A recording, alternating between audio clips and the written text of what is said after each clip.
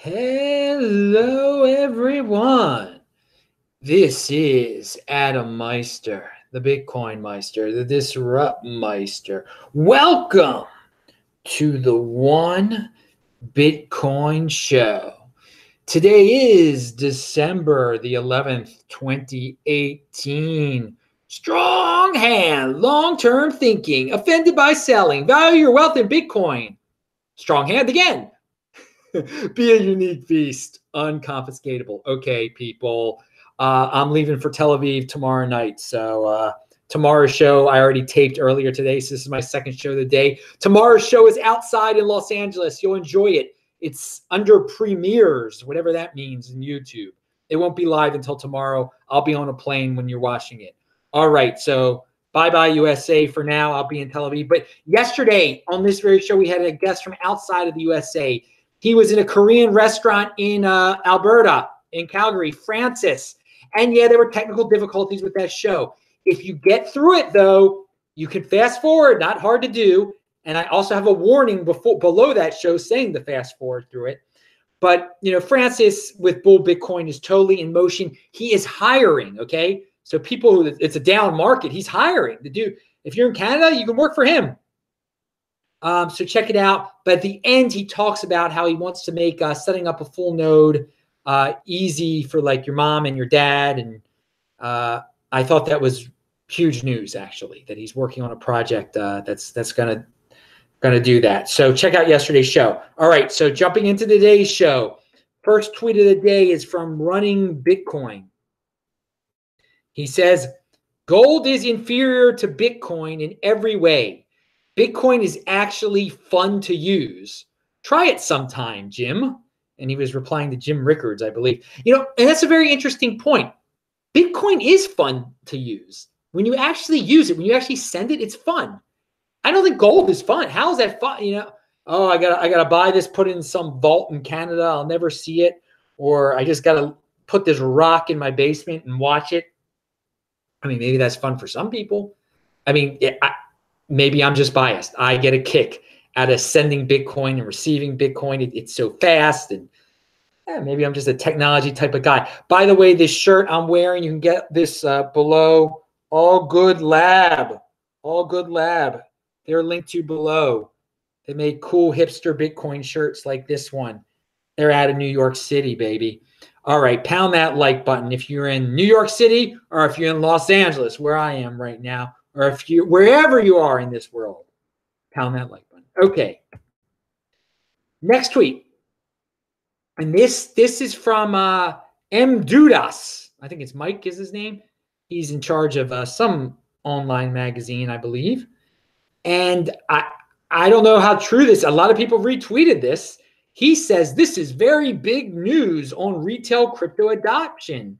Samsung Mobile is reportedly going to include a crypto wallet allowing both cold storage and trading on their flagship Galaxy S10. We are talking tens of millions of devices here.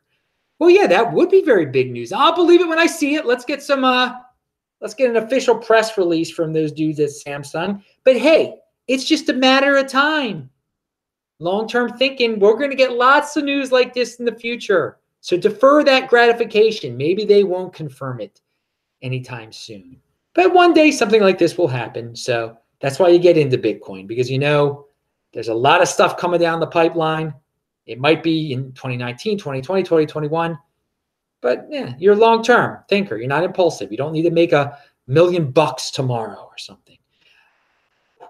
Okay, moving on. I just remembered something and then I forgot it. I don't know what the heck I was going to say. Okay, what is this? Oh, Gab. The people at Gab tweeted this out. You will never fully understand the power and importance of Bitcoin until you go through the underwriting process with banks trying to get approved for online payment processing. They essentially want your unborn child, an arm, and all of your personal data to get an answer. All right. So yeah, Bitcoin makes going those traditional routes obsolete, makes them look silly. It's the same thing about your bank not being open on a Sunday. type of thing. It's old fashioned. Bitcoin puts that in the past. So yeah, I don't know why you'd want to go through a bank to get an online payment processor. Well, just use Bitcoin. Just accept Bitcoin. Value your wealth in Bitcoin. I know it's not that easy for everyone. Okay, but Gab puts it into words there. Now we've talked about we've brought up Gab before because a lot of people have been kicked off other platforms, and apparently you can stay on Gab, but Gab has been kicked off of hosting, and they want to deal with crypto now. And I mentioned here recently that like Sargon of Akkad can't use Patreon anymore, and he wasn't prepared for something like this. Now, I'm always mentioning all of these content producers who were not prepared, who weren't ready for these centralized authorities to kick them off of their platform. I've mentioned who I'm about to mention. I've mentioned in the past, but I'm going to mention him now. Stefan Molyneux. He was prepared. He is prepared. He's been using Bitcoin since before I got my first Bitcoin. Thus, he has a lot of Bitcoin.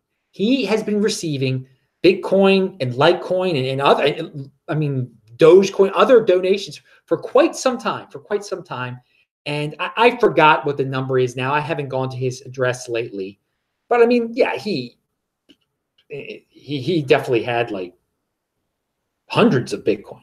I mean, at least at free. Now maybe he spent some of them. I don't know. But again, there's a guy who's prepared. There's a guy who has long-term thinking. So, I do say all the time, all these guys aren't prepared. There's one guy who is prepared. And look what preparation has brought him in terms of the amount of Bitcoin he's been able to raise. So this just goes to show you preparation is a good thing.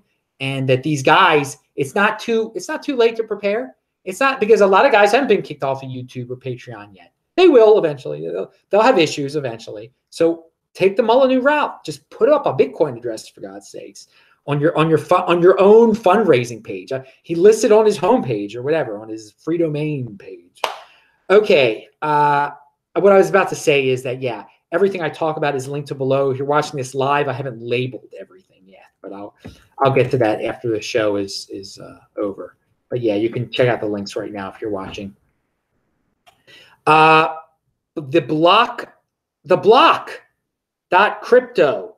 I think that Mike Dudas is in charge of this thing. Well, whatever. Yeah, they have an article out there, and this brings up the ICO recent past. Two identities, one man. The story of an $800 million hedge fund fraudster, Boaz Manor, who led the alleged $31 million blockchain terminal ICO. Okay, there was something called blockchain terminal, and all sorts of people were pumping it up, and this is not a good story about it, and not a shock at all. But in the story, it mentions Ran from CNBC Africa. And I bring this up, and Ran tweeted, it basically said Ran participated in this. He invested in this ICO and was promoting this ICO. And Ran, I'll give him his word here. He says, "This is probably the worst case of inaccuracy I've ever read, especially given the fact that I lost a ton of my own cash investing in this fraud. The block, you should have pinged me for the facts before you published." Well, they say they did contact him through his site, and he didn't contact them. He wouldn't say exactly what they got wrong in the story. Here's the thing. Here's the bottom line. ICOs are risky as anything, okay? We've known this for a while. Ran was talking about all sorts of ICOs, and maybe he was putting his money where his mouth was also, but a lot of people were watching that. He starts a crypto show on CNBC Africa, okay, targeting a market that is not as advanced in crypto as, let's say, the United States was. Not that South Africa is not advanced, but they're not just. A lot of people that were going to be watching the show were going to be rookies, definitely. And he's immediately going into like trading and ICOs, and he's trying to get viewers. He's trying to get excitement. And he was just way too much focusing on the excitement, on the newness of it, that he, I mean, even when he was on my show before, people in the comments section were saying, like, is this guy a rookie? Like some of the things and he was relatively new to crypto. He wasn't an OG. He wasn't a guy who had been around for a while. And he just jumped flat into this ICO thing. And it was, it's personal responsibility. I mean, he got burnt and he led other people to be burnt. I mean, they didn't have to follow his lead at all. So, no, yeah. So he's saying he lost a lot of money. I believe he probably did lose a lot of money through this. I think the article kind of, they said he was promoting it. They made it seem like he had something. He was behind the scenes with it. I have no idea if that's true or not. I'm just saying this is another example of another ICO that's totally flopped. And a reason why people get angry at Rand is because he just didn't learn. He didn't seem to grasp like the insanity behind this ICO thing. And he was talking these ICOs like they were as reliable as Bitcoin. Okay. And, I mean, we look back on it now and say, how could someone who has a international television show legitimately promote something called blockchain terminal, which ended up being a total joke, led by a guy who had two identities, apparently. I don't know. So Rand was not happy about this article, apparently, but there's going to be a lot of things like this that are going to come out in the future. I mean, you can go to all sorts of clips. I mean, he had the B Anon guy on his show, promoting that before it came out. And it was definitely had some issues going into it. But again, when you're going for when you want these breaking news, when you want viewers, when you're trying to get viewers, you lose track of what's legitimate and what's illegitimate and what's really risky. And you're making Bitcoin is so way above all these things, but it was too boring for him. It appears. He couldn't just talk about Bitcoin on his show. He had to talk about altcoins, and then he had to talk about risky ICOs too. So this article again is a reminder of how wacky the ICO thing was.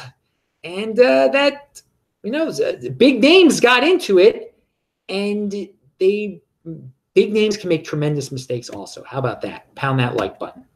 Just because you have a show on CNBC Africa doesn't mean you can't make horrifying mistakes in terms of finances and crypto. Again, keep it simple. One Bitcoin equals one Bitcoin. Again, the people on his show did not take my advice. You don't buy an altcoin until you can send a Bitcoin, okay?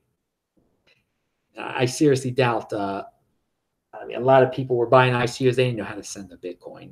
They were having people do things for them. They didn't know how to store a Bitcoin on a Trezor or anything like that. All right. Yeah, I mentioned Wednesday's show. It's already been taped. That's tomorrow is Wednesday. I think it's called a YouTube premiere. I have no idea what that even means. I set it up that way. I don't know what that will do. But it was outside in Los Angeles, for those of you who like outside videos of mine. And it's only 10 minutes too. So if you like shorter videos of mine, that's tomorrow. And you can see the premiere now. I don't know what that means. All right. So this is how up to date I stay up on the YouTube technologies. I don't know how to even edit these things with YouTube. You should see this. I record this live. I do a couple things. That's it. I never even watch these videos after I do them. All right. I put the squares at the end. Click on the squares at the end to see my old videos. All right. So Vinny Lingham has 2 tweets out there that I found very interesting. I suspect there are a number of crypto exchanges that are currently financing their operations by running fractional reserves and utilizing deposits for paying for operations. Ironically, we still need more transparency in crypto, not your keys, not your coins. I've been very suspicious of the fake trade volumes that have been showing up. As more and more legit and regulated exchanges start trading crypto, it will cause a real supply-demand imbalance and a run on the exchanges, so to speak. That's when things get really interesting. I agree. I think some people are going to are going to get tired of some of the antics of some of these not so legitimate exchanges and move to the ones they think are legitimate.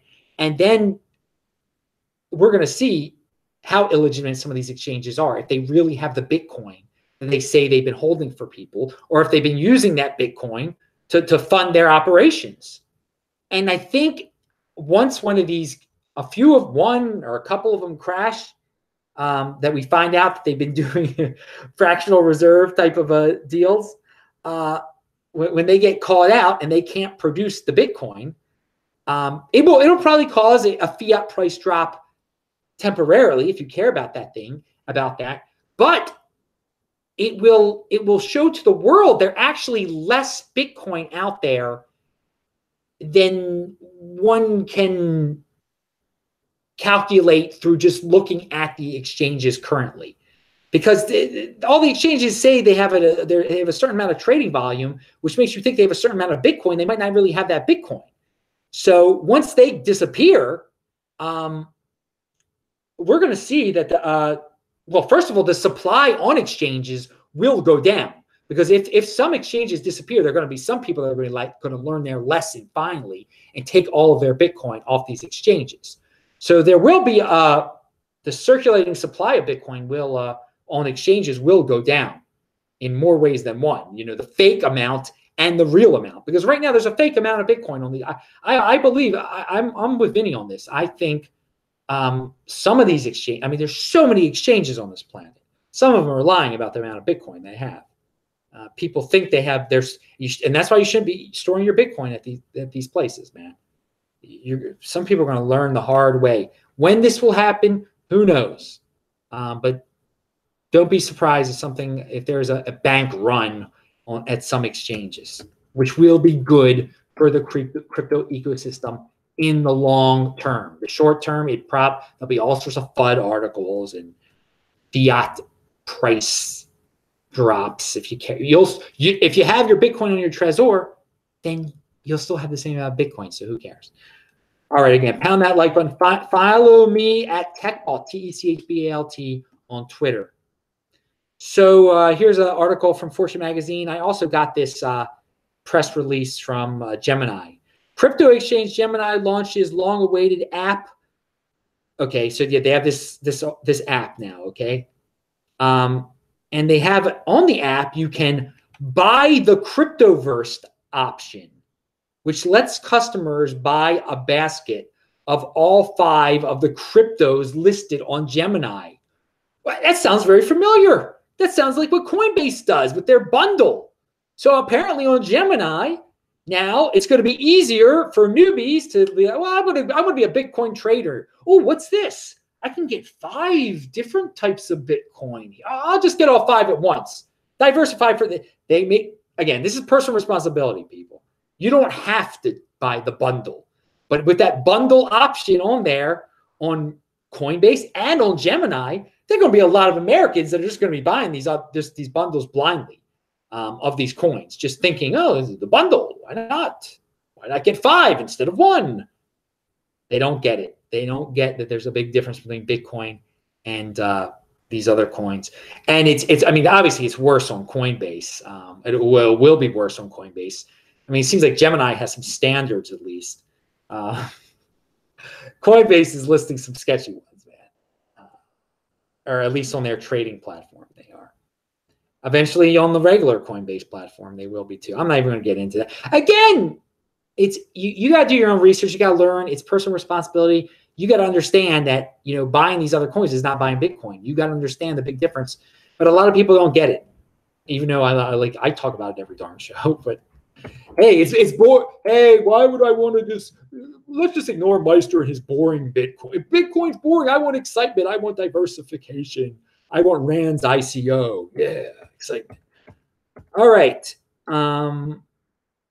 Here we go. Another tweet. This is from Delphi Digital, and I like this. They go into depth about these points. So check out their link below. We believe the primary long-term value drivers for Bitcoin, they said long-term, for Bitcoin revolve around its ability to serve as 1, a censorship-resistant store of value, and 2, a check on governments as an alternative country agnostic digital reserve. So on point number 2, I thought that was, and they explain it in depth. So click on that link. But on point number 2, they're not saying Bitcoin is going to be the world reserve cryptocurrency, world reserve currency. They're saying that it might make some of these governments a little bit more honest. They might not inflate as much because they've got this deflationary competitor out there. So a check on governments as an alternative country agnostic digital reserve. Okay, so again, it's not going to be the world reserve currency, but it is a competitor for, it's the US dollar might, the Fed might be like, oh, we might have to consider this Bitcoin now in terms of our money printing. Now, all these, so many other countries aren't going to give a darn. So many other countries aren't going to, they're going to keep on printing to oblivion. Nigeria, India, whatever. They don't care. They won't care. But some of these top tier countries, euro, yen, the dollar, they might think a little bit. They might stop. They might not print as much, at least according to this theory. They might not print as much once they understand what Bitcoin is. That it could be a competitor to their power structure. All right, now speaking of global money and prosperity and such, Mizir Mahmudov, which I think is Murad's relative, or it might be Murad. I don't even know. I never was clear on that Twitter account. I'll have to ask Murad what that's about next time he's on the show. He says, how Bitcoin enables global prosperity. Bitcoin makes you future-oriented. Bitcoin makes delaying gratification easier. That one also sounds familiar. Bitcoin makes saving and capital accumulations easier. Yes, I've heard that about the newfangled savings account. Bitcoin makes investing easier. Bitcoin makes global trade easier. Bitcoin makes advancing civilization easier. Now, it's true. It's true. Bitcoin does do all of those things. But the thing is, it can enable global prosperity if people get into it and understand all of those qualities of Bitcoin. But let's face it, most people aren't going to get into Bitcoin. Thus, there won't be global prosperity. For those who get into it, and for those who understand that it's a savings mechanism, okay, and that it's a store of value, for those who understand, they will have personal prosperity. So, Bitcoin, of course, Bitcoin has the potential to bring about global prosperity. But in the end of the day, personal responsibility is a new counterculture, and most people they're not going to want to deal with it. They don't understand delaying gratification. Of course, yes, Bitcoin does make delaying gratification easier. It sure does. It sure does. But first, you have to value delaying gratification to begin with, and most people on this planet do not understand or value the delaying of gratification. So yes, it's nice. It's a nice thought that Bitcoin enables global prosperity. I think you should say theoretically, Bitcoin enables global prosperity, because in reality, most people, a huge chunk of people will never get into it and don't have the patience for it and don't understand savings. But everyone does have the option to get into it, though, and to have their own personal prosperity. And on that note, that's it, Los Angeles. I am flying out of here, even though you'll see me in Los Angeles tomorrow on tomorrow's show. It was filmed earlier today. So next time you see me live, it will be in Tel Aviv. I will be very tired from a flight. But bang that bell button. Click on the squares that you see up there. I'm Adam Meister, the Bitcoin Meister, the Disrupt Meister. Remember to subscribe to this channel, like this video, share this video. Check out the link section below. I'll say hi to all of you guys in the chat. And check out these all good lab dudes. All right. See ya. Thanks.